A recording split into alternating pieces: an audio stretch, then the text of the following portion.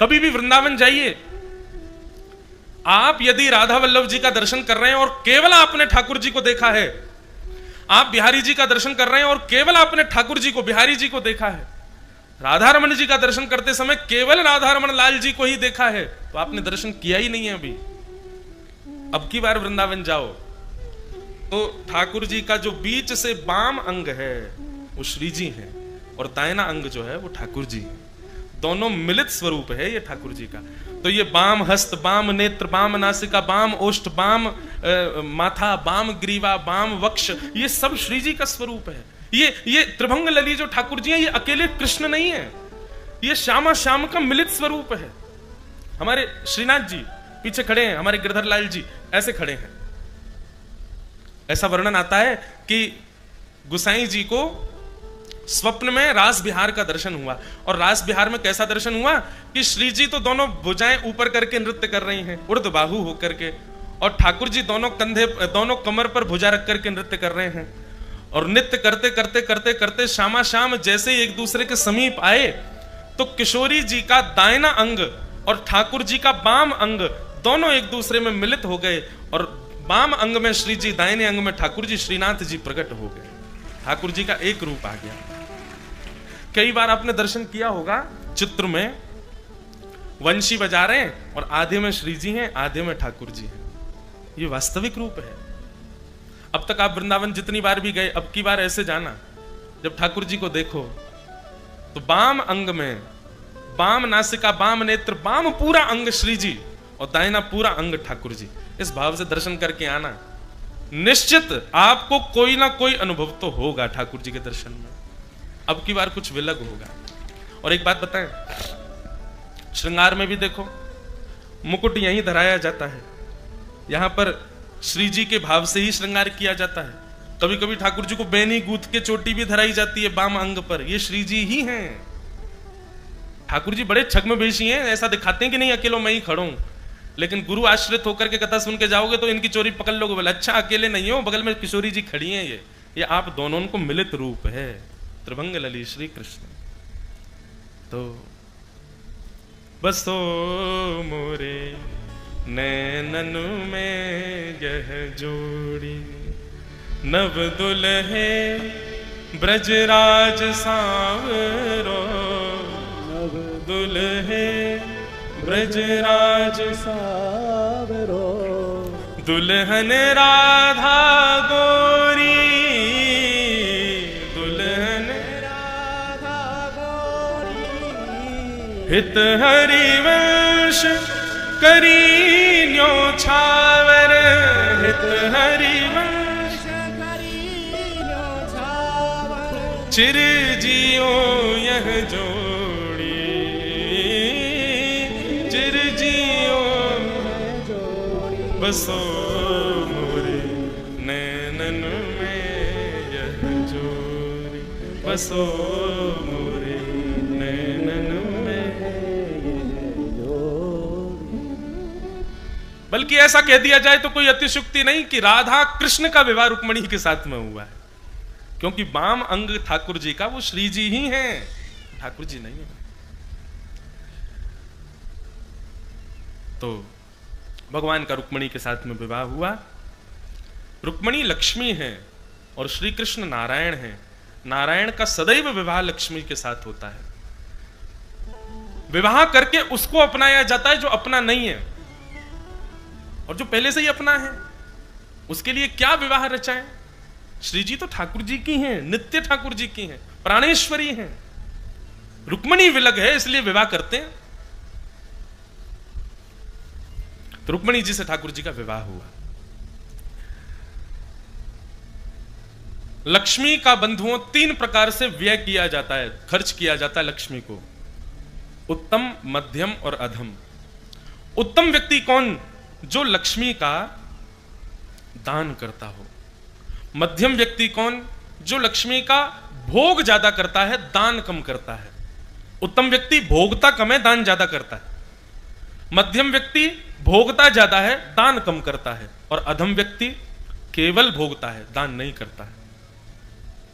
वो लक्ष्मी का नाश करता है, ऐशो आराम में खर्च करता है, दूषित चीजों में लक्ष्मी को लगाता है। उत्तम व्यक्ति की गति दान, मध्यम व्यक्ति की गति भोग और अधम व्यक्ति की गति है नाश। सदैव याद रखना बंधु, लक्ष्मी से भी संबंध रखो। 3 संबंध बनाता है मानव लक्ष्मी के साथ। या तो लक्ष्मी को पुत्री मानेगा, या लक्ष्मी को अपनी मां मानेगा, और या लक्ष्मी को अपनी पत्नी बनाने का प्रयास करेगा। लक्ष्मी को यदि आप पुत्री मानते हो तो आपको पिता धर्म का पालन करना पड़ेगा। पुत्री के बढ़ने पर, पुत्री के बड़े होने पर उसका विवाह करो। ठीक वैसे ही आप पिता धर्म का पालन करो। जैसे ही लक्ष्मी बढ़े, लक्ष्मी का विवाह करो। और लक्ष्मी का विवाह केवल नारायण के साथ होता है। मतलब इस प्रकार के भगवत कार्य कराना, असहाय लोगों की सहायता करना, नर्मदा परिक्रमा करने चले जाना, सुंदर अनुष्ठान करना, दान करना, पुण्य करना, असहाय लोगों की सहायता, गरीब कन्याओं का विवाह, गरीब बालकों की शिक्षा, इन सब में जब आप धन का व्यय करते हो, उसको कहते हैं आपने अपनी लक्ष्मी का नारायण से विवाह किया।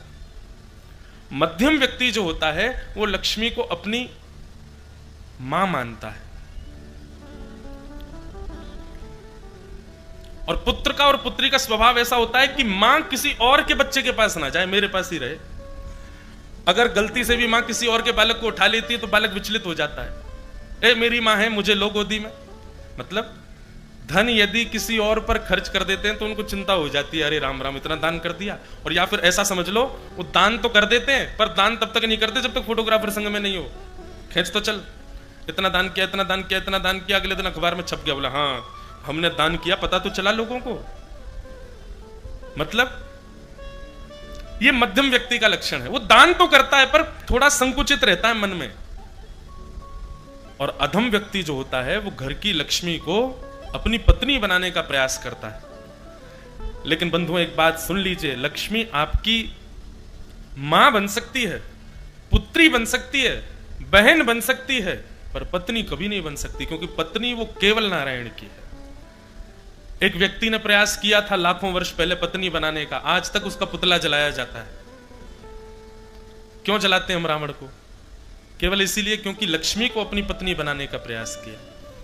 और यदि आज के मानव की भी ऐसी विचारधारा है कि ये मेरी है, मैं जहां चाहे इसको खर्च कर सकता हूं, मैंने कमाया है इसको, जरूरतों को पूरा करना ये दोष नहीं है, पर जरूरतें पूर्ण होने के बाद फिर अपने ऐशो आराम पर उसको खर्च करना, वह भी कुछ हद तक ठीक है, पर बहुत ज्यादा उसी में ही उसको लगाए रखना यह नाश का कारण बनेगा। इसलिए भैया लक्ष्मी को या तो पुत्री मानो या मां मानो, पत्नी नहीं। पत्नी तो वो केवल ठाकुर जी की है।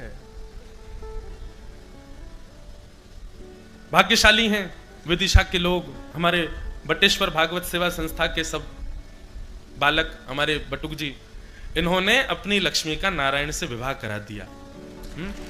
ये जो हर साल कथाएं होती हैं, ये क्या है? पहली बार जब कथा कराई होगी तब इन्होंने अपनी लक्ष्मी का नारायण से ब्याह कराया होगा। अब ये हर साल जो कथा होती है ये उनकी एनिवर्सरी मनाते हैं। ठाकुर जी से ब्याह हुआ, अब इनके जमाई हो गए हैं ठाकुर जी, क्योंकि इनकी लक्ष्मी चली गई है ठाकुर जी से ब्याह ने।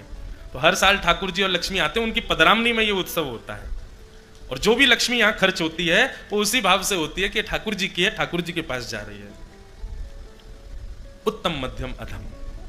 तो भगवान का विवाह लक्ष्मी के साथ में संपन्न हुआ। फिर एक कथा आती है बंधु, सिमंतक उपाख्यान, श्रीमद् भागवत का 10वें स्कंद का एक बड़ा सुंदर उपाख्यान है सिमंतक मणि का। बंधुओं सदैव याद रखना, हमारे भीतर पाप कहां से प्रवेश करता है? कहते हैं ना कि कोई एक रोग लगता है और उसी रोग का इलाज ना हो तो वही रोग एक समय पर आकर के ऐसा रोग बन जाता है कि वो किसी औषधि से भी ठीक नहीं होता।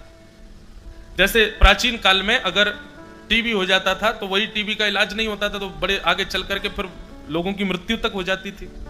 और भी कई ऐसे इलाज प्राचीन काल में, पहले तो डेंगू का भी इलाज नहीं था, पहले मलेरिया का भी इलाज नहीं था, हो जाते थे तो फिर व्यक्ति को बेचारे को जाना ही पड़ता था भगवत धाम, बड़ी मुश्किल से बचते थे लोग।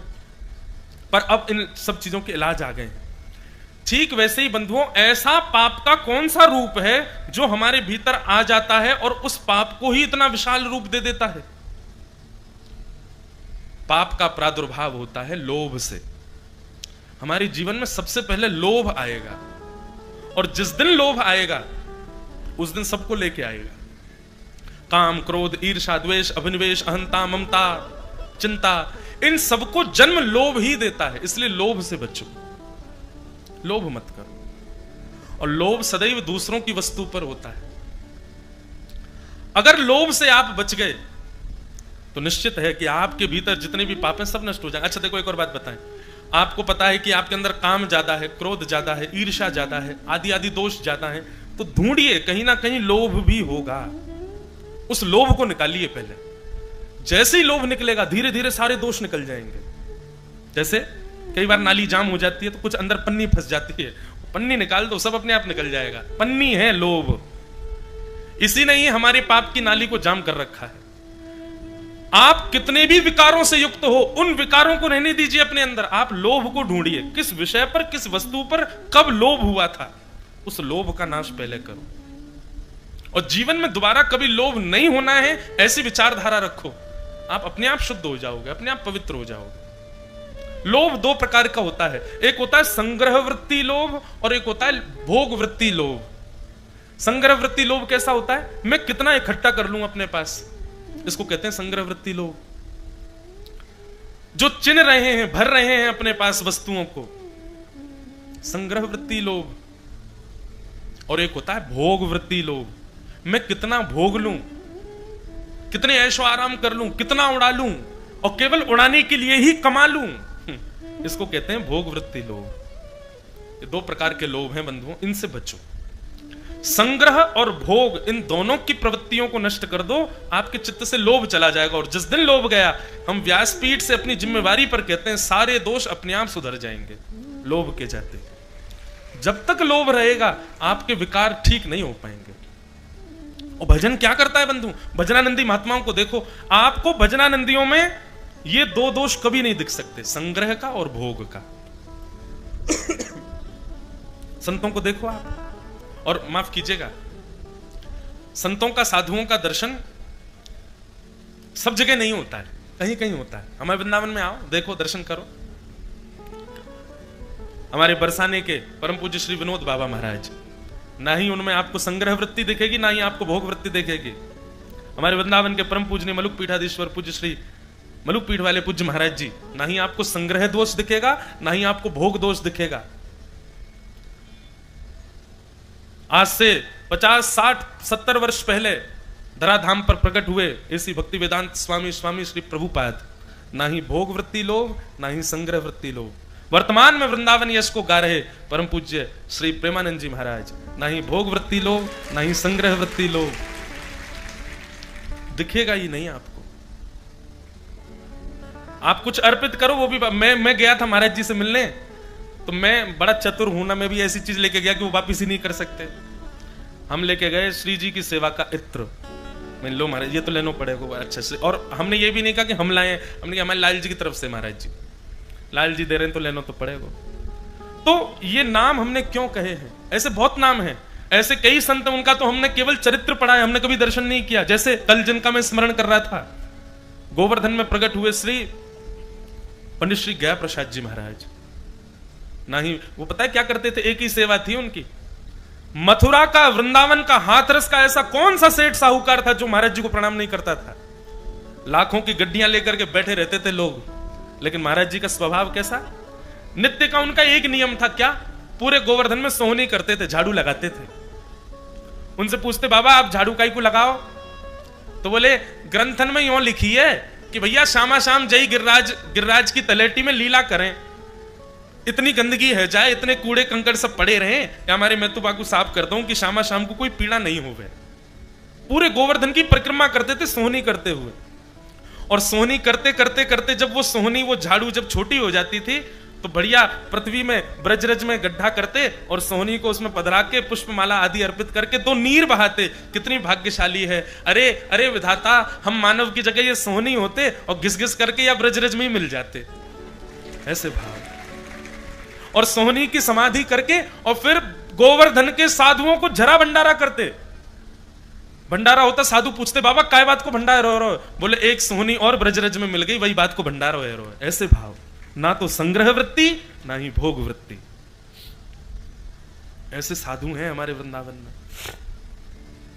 ऐसे संतों का कभी आप उनके चित्त को देखो, आप उनके गाल देखो, आप उनके हाथ देखो, ऐसा लगेगा कोमल बालक की तरह। उनके मुखमंडल को देखो, उनके नेत्रों को देखो, उनके अंग प्रत्यंग भी विकार रहित दिखते हैं। क्यों? क्योंकि लोभ नहीं है जीवन में। इसलिए बंधुओं, साधना करनी है, भजन करना है, भगवत सेवा करनी है, तो वो इसी भाव से करनी है कि लोभ जाए जीवन से। लोभ गया तो सारे विकार अपने आप चले जाएंगे। क्रोध भी कम हो जाएगा, मोह भी कम हो जाएगा, ईर्ष्या भी कम हो जाएगी, सब अपने आप कम हो जाएगा। बस लोभ को निकाल दो, और लोभ को निकालने का प्रारंभ यहीं से करो। संग्रह और भोग, इन दोनों स्थितियों को समाप्त करो, धीरे धीरे समाप्त करो। ऐसा नहीं कि कल से ही बन गए बिल्कुल विरक्त, नहीं, धीरे धीरे, सनई सनई, धीरे धीरे कम करो। ये प्रसंग मैंने क्यों छेड़ा लोभ का? द्वारिका में एक यादव रहता था, उसका नाम था सत्राजित। उसको सूर्य नारायण भगवान ने एक मणि प्रदान की थी। मणि का नाम था सिमंतक मणि। और मणि का यह स्वभाव था कि वो हजारों किलो सोना रोज देती थी। उसकी 6-7 घंटे पूजा करो मणि की, तो ऐसा कुछ होता था कि कहीं ना कहीं से हजारों किलो सोना आपके घर में आएगा। भगवान को जब ये बात पता चली तो द्वारिकाधीश बोले, एक अकेला व्यक्ति इतने 1000 किलो सोने का क्या करेगा? पूरे जीवन में भी नहीं भोग पाएगा। एक दिन में मिलने वाले सोने को भी यदि, बहुत ध्यान से सुनिएगा, एक दिन में मिलने वाले सोने को भी यदि रोज भोगे तो भी पूरे जीवन में नहीं भोग पाएगा। इतने सोने का क्या करेगा अकेला व्यक्ति? भगवान की बात भी सही थी, भाई इतना अति धन होने की भी क्या आवश्यकता है? निश्चित है कि जितनी जरूरत है उससे अति जब आएगा ना, तो आप भोग की तरफ ही भागोगे। आपकी चित्तवृत्ति एक बार को ऐसी हो जाएगी, आज रात होने दो, नेक नेक चल जाए, क्या बढ़ तो रही है, जब बढ़ेगा। अच्छा, ये भी भगवत कृपा है। जिन पर भगवत कृपा होती है ना, उनका जब बढ़ता है तो कथा करा लेंगे, वो अनुष्ठान करा लेंगे, वो साधु सेवा कर देंगे, वो मंदिर बनवा देंगे, आदि आदि कुछ करेंगे। अरे महाराज, अब कहां तक कहें, संसार में दोनों प्रकार के लोग हैं। जिनके कई बहुत ज्यादा बढ़ते हैं, वो एक दिन साधु सेवा भी करते हैं, अगले दिन औरों की सेवा भी करते हैं। दो प्रकार से भी भोग लेते हैं धन को। पर निश्चित जिन पर भगवत कृपा होती है, वो अधिकतर अपने धन का व्यय भगवत सेवा में ही करते हैं। अति जब होती है तो निश्चित है कि आप भोग की तरफ भागोगे, यदि भगवत कृपा नहीं है तो।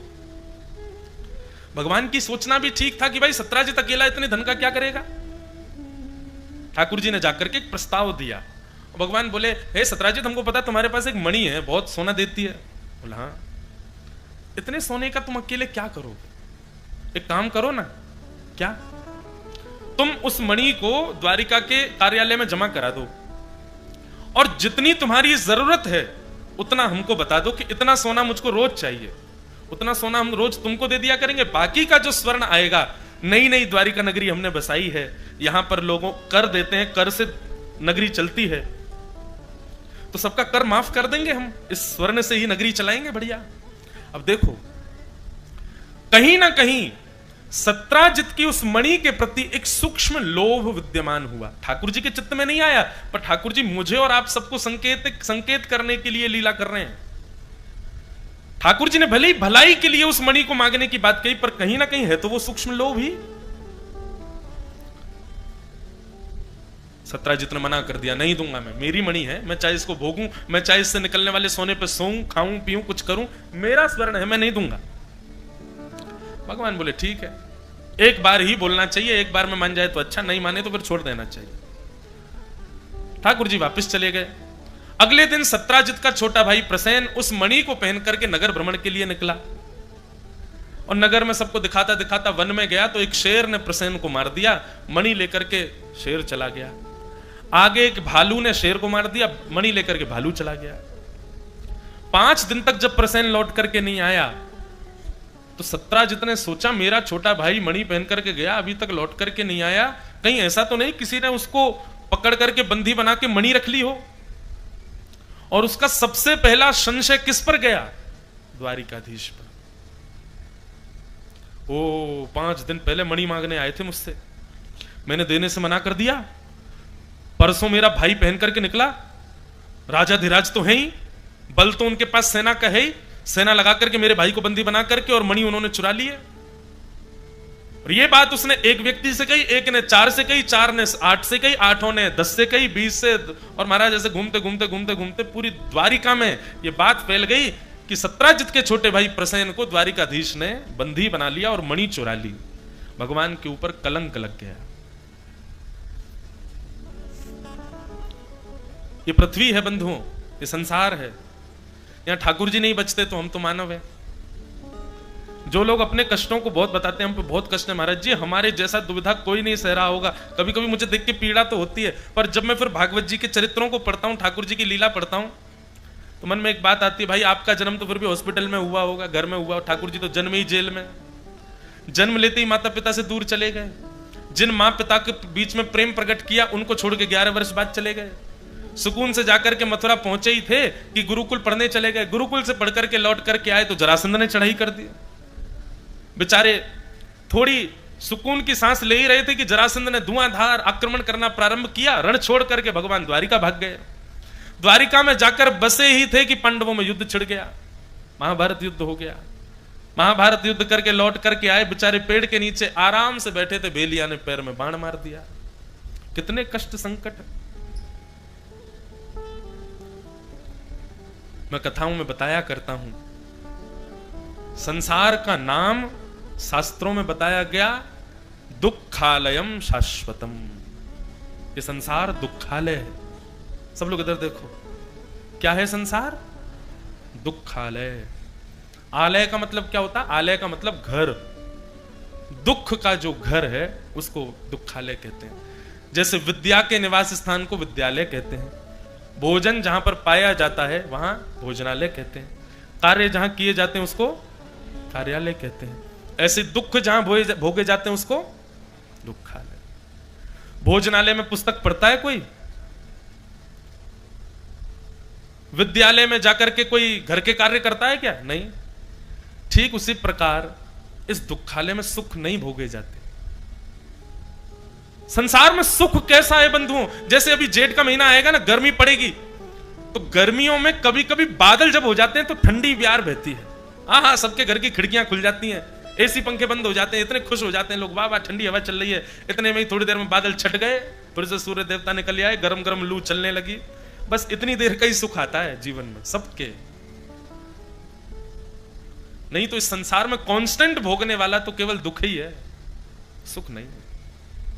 गोस्वामी तुलसीदास जी कहते हैं, दीन कहे धनवान सुखी, धनवान कहे सुख राजा को भारी, राजा कहे महाराजा सुखी, महाराजा कहे सुख इंद्र को भारी, इंद्र कहे चतुरानन को सुख, ब्रह्म कहे सुख विष्णु को भारी, पर तुलसीदास विचार कहे हरि भजन बिना सब जीव दुखारी।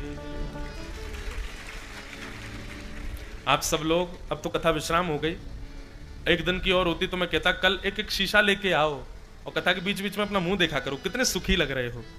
इतने सुखी संसार में नहीं रहता है व्यक्ति। जितनी देर कथा चलती है, जितनी देर सत्संग चलता है, आप कितने प्रसन्न रहते हो, कितने खुश रहते हो, कितने आनंद में रहते हो। बस यही सुख है बंधुओं संसार में। इसके अतिरिक्त संसार में सुख है ही नहीं। आप कहो पीने में सुख है, खाने में सुख है, नाचने में सुख है, और दुनिया भर के व्यसन करने में सुख है। कितना क्षणिक, कुछ दिनों का। यहां 7 दिन की क्या चले महाराज, यदि जीवन भर भी हम कथा सुनाते रहे तो भी आपको लगेगा एक जीवन कम है। हे भगवान 3 4 5 6 7 जन्म एक साथ दे दो ताकि कथा सुनते रहे हम, तभी सुख मिलेगा जीवन में।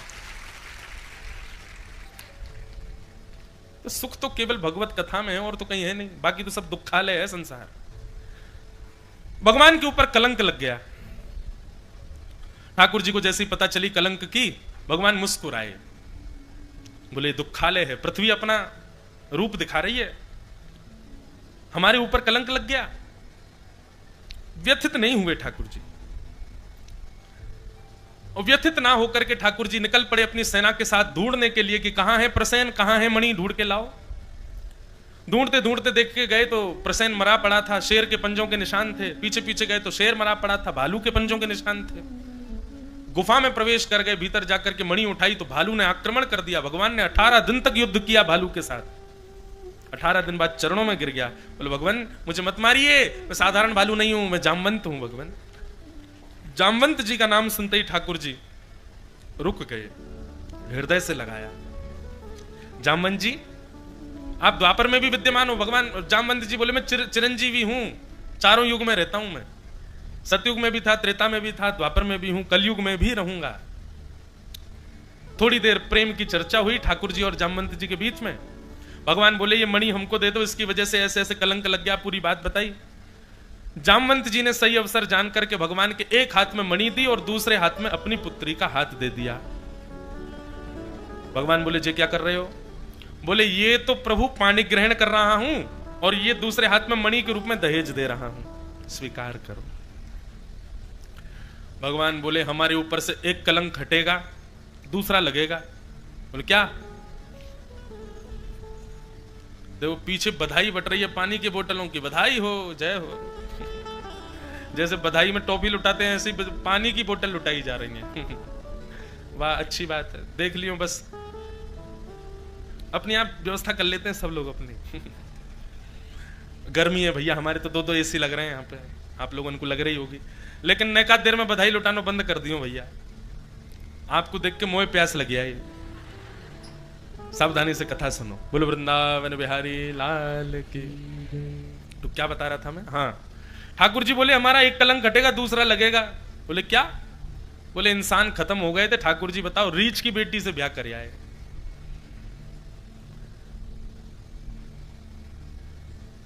जामवंत जी बोले भगवान बहुत हो गई आपकी, ऐसे ही करते करते तो आपने पूरा त्रेता युग निकाल दिया। मर्यादा पुरुषोत्तम, मर्यादा पुरुषोत्तम, बड़ी मर्यादाएं बताते चले गए, हमको हम कुछ कर ही नहीं पाए। अब द्वापर में हमको सब पता है, आप मर्यादा मर्यादा नहीं, आप लीला पुरुषोत्तम हो। 7 वर्ष की आयु में तो लाखों गोपियों के संग रास विहार हो गया है आपका। अब तो ठाकुर जी मेरी पुत्री स्वीकार करनी पड़ेगी आपको, अब आप लीला पुरुषोत्तम हो, अब आप मर्यादा पुरुषोत्तम नहीं हो। और ठाकुर जी ने दूसरा विवाह जामवंत की पुत्री जामवती के साथ में किया। बोलो भक्तवत्सल भगवान की। ये बड़ी मधुर कथा है जामवंत जी के बेटी से ब्याह करने की, ठाकुर जी की। कभी कभी सुनाता हूं मैं कथाओं में कि जब राम जी रावण को मार करके लौट करके आए तो जनक जी ने पत्र लिखा, पत्र लिख करके भेजा। राम जी अपनी सभा में बैठे थे, सारी बानर सेना बैठी थी। जामवंत जी बोले भगवान आपकी ससुराल से पत्र आया है। राम जी बोले पढ़ के सुनाओ, क्या भेजा है ससुर जी ने लिख के? तो उसमें जनक जी ने लिखा था हमको बड़ी प्रसन्नता है कि आप सकुशल वापस आ गए हैं, 14 वर्ष बड़ा श्रम आपने सहा होगा, आपने लंका पर विजय प्राप्त की, उसकी भूरी भूरी आपको शुभकामनाएं आदि सब लिखी थी। और फिर नीचे लिखा था जनकपुर वासियों की बड़ी इच्छा है कि 14 वर्ष तो हो ही गए हैं, आपको वन गए और ब्याह के बाद भी लाली जानकी और आपका यहाँ आगमन हुआ नहीं है। हमारी प्रार्थना है कि आप चारों पहुना मतलब जमाई राजा, चारों बहुओं के साथ और अपनी समस्त बानर सेना के साथ कुछ दिन आराम करने के लिए जनकपुर आ जाइए, हम आपकी सेवा करेंगे। महाराज जैसे ये बात सुनी, बंदर तो उछलने लगे, सारे बंदर नाचने लगे। बोले बढ़िया हुआ, लंका से थके आ रहे आए भैया, बिल्कुल आराम नहीं मिला है, आराम करवे जनकपुर जाएंगे। और हमारे ठाकुर जी जमाई हैं तो हम ठाकुर जी के चेला, हम भी जमाई हुए जनकपुर के, हमारी भी खूब खातिरदारी होगी। जामवंत जी ने जब पत्र सुनाया तो राम जी बोले देखो हम जनकपुर जाएंगे, चारों भाई जाएंगे, हमारी पत्नियां भी जाएंगी और 2-4 लोग हनुमान जी, जामवंत जी आदि कुछ श्रेष्ठ बानर संग चल देंगे, बाकी पूरी बानर सेना को हम नहीं लेके जाएंगे। बानर सब रोने लगे, क्यों, हमको क्यों नहीं ले जाओगे? बोले भैया हमारी ससुराल है, ससुराल में नाक बचाने जाया जाता, कटवाने नहीं। तुम लोग तो किसी से भी छीन के खा जाते हो, किसी पे भी चढ़ जाते हो, किसी के भी घर में घुस जाते हो, कहीं भी कुछ भी कर देते हो, और वो हमारी ससुराल है, वहां कहीं अगर तुमने कुछ ऐसा अनुचित कृत्य किया हमारी तो नाक ही कट जाएगी। बानर सब बोले ठीक है राम जी, जब मरने थे, प्राण त्याग करना था तो हमको आगे खड़ो कर दिया, और जब मालपुआ मिलने वाले तो बानर यहीं रहो। ठीक है कोई बात नहीं, देख लिया। बानर बड़े उदास हो गए, लेकिन राम जी तो लीला कर रहे थे। सब बानरों ने अतिवृद्ध जामवंत जी को घेर लिया, बोले सुनो हमको जनकपुर लेके चलो, हम भी मालपुआ खाएंगे, हम भी अपनी सेवा करवाएंगे वहां पे।